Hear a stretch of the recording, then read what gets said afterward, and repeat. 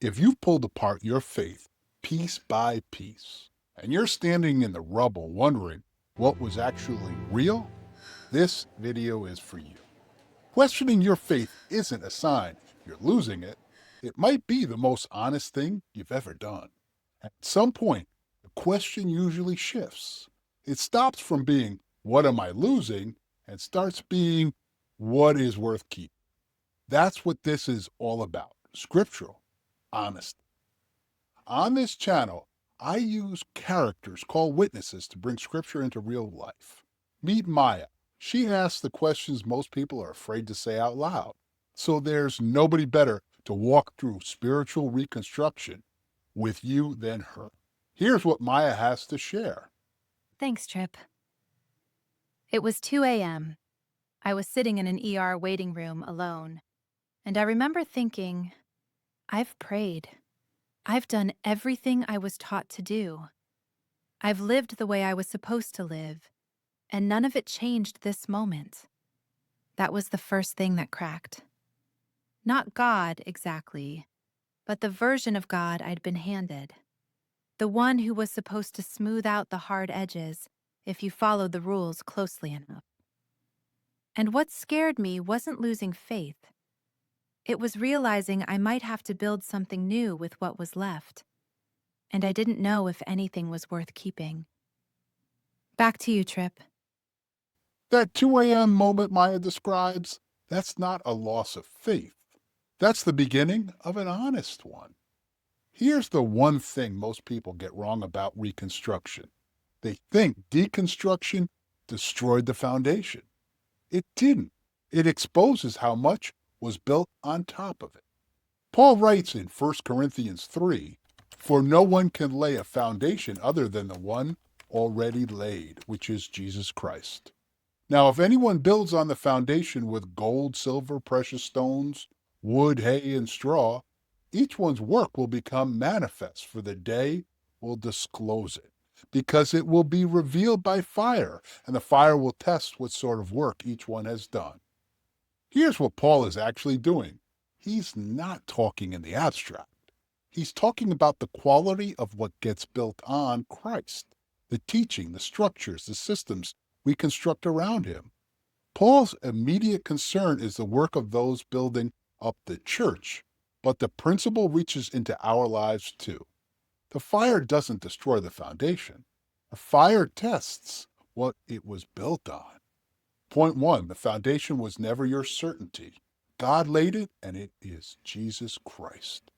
If we've not yet met, I'm Trip. I've spent decades in Scripture trying to understand what the Bible actually says about the things that keep us up at night. And here's the first thing I want you to see. Not merely the inherited ideas about Jesus you've never examined, not the doctrinal positions you were handed and assumed were the foundation itself. God laid the foundation before you built anything, and it is Jesus Christ. What this means for Reconstruction is that you're not starting from nothing, you're returning to what was already underneath. And Paul's whole argument is that what's underneath is not up for debate. It doesn't shift when the scaffolding falls. Now here's the guardrail, because this can go sideways quickly. We don't deconstruct Scripture or replace Christ. What we do is test what was built around him and return to what he actually promises. Some of what burned in your deconstruction was gold, worth grieving. Some of it was straw that could not bear the weight of real life. The testing exposes what could endure and what is left standing. What the fire cannot remove is what God laid down. But here's where most people get stuck in Reconstruction. They know what they've lost. They're not sure how to move towards what remains. And that's exactly where point number 2 lives. Point 2, honest wrestling with God is not walking away from him. It's walking towards him. Mark 9:24, the Father brings his suffering Son to Jesus. He's exhausted. He's been carrying this for a long time. And he says the most honest prayer in all of Scripture. I believe, help my unbelief. That's barely a prayer. It's almost a contradiction, really, right? And Jesus does not rebuke him. He acts. Here's what that passage is doing. The Father doesn't resolve his doubt before coming to Jesus.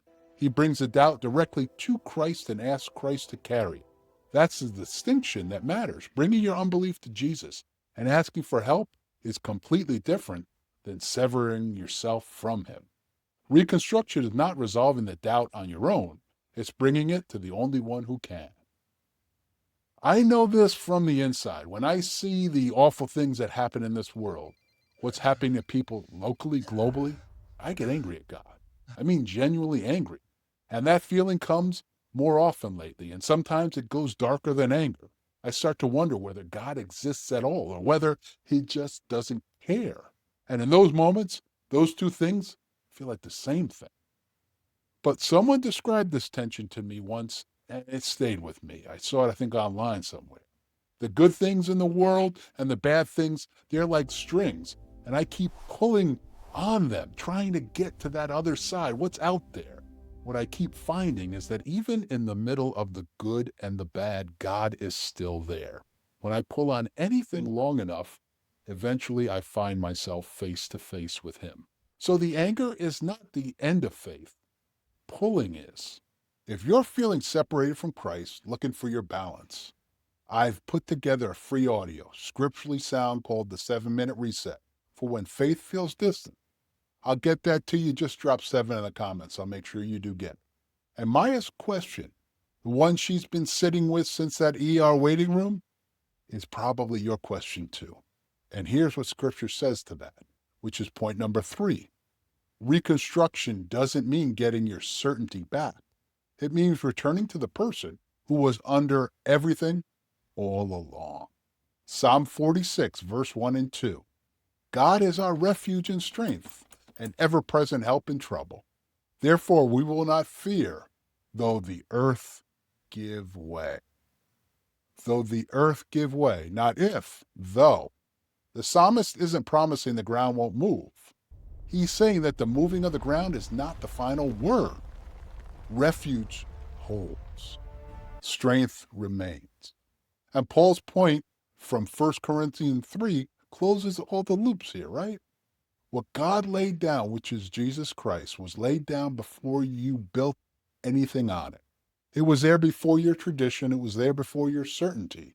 And it was through the deconstruction, and it's there now. Here's the gospel that Reconstruction leads to if you follow it honestly. It's not a perfect internal certainty. It's not a flawless theological system. It's a person given to you, Jesus Christ, crucified and risen. Not your grasp on him, just him. Maya went into that ER room waiting with a version of faith that couldn't hold her weight.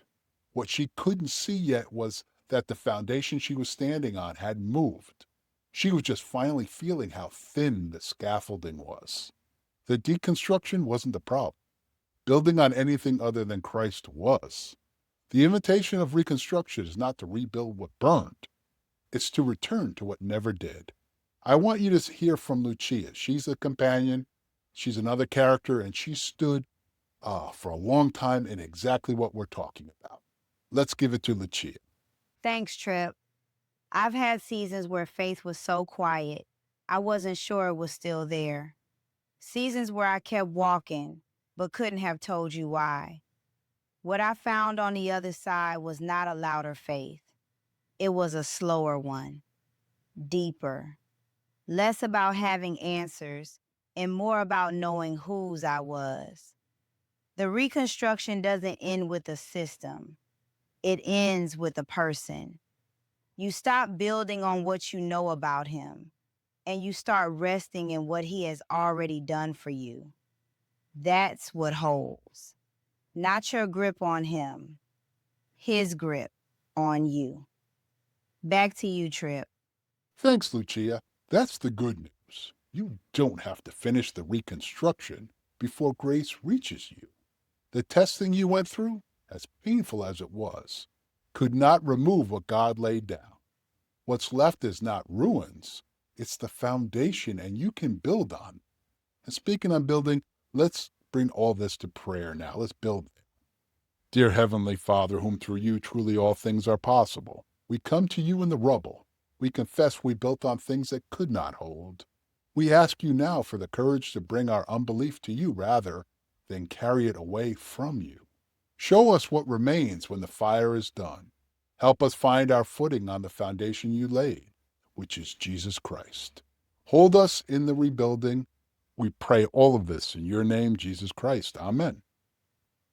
If you just prayed that, type your name in the comments. I read every one, and I want to pray for you by name this week. Now, you have the foundation. You know what holds. But the next question most people carry in Reconstruction is harder. When you've walked away from your church and the community that came with your faith is gone, what does Scripture actually say about that? That's the next video in the series. If I've made it yet, it's going to be right here. And if you don't want to miss what's coming, subscribe now. Let's go watch this together. I'll see you on the path.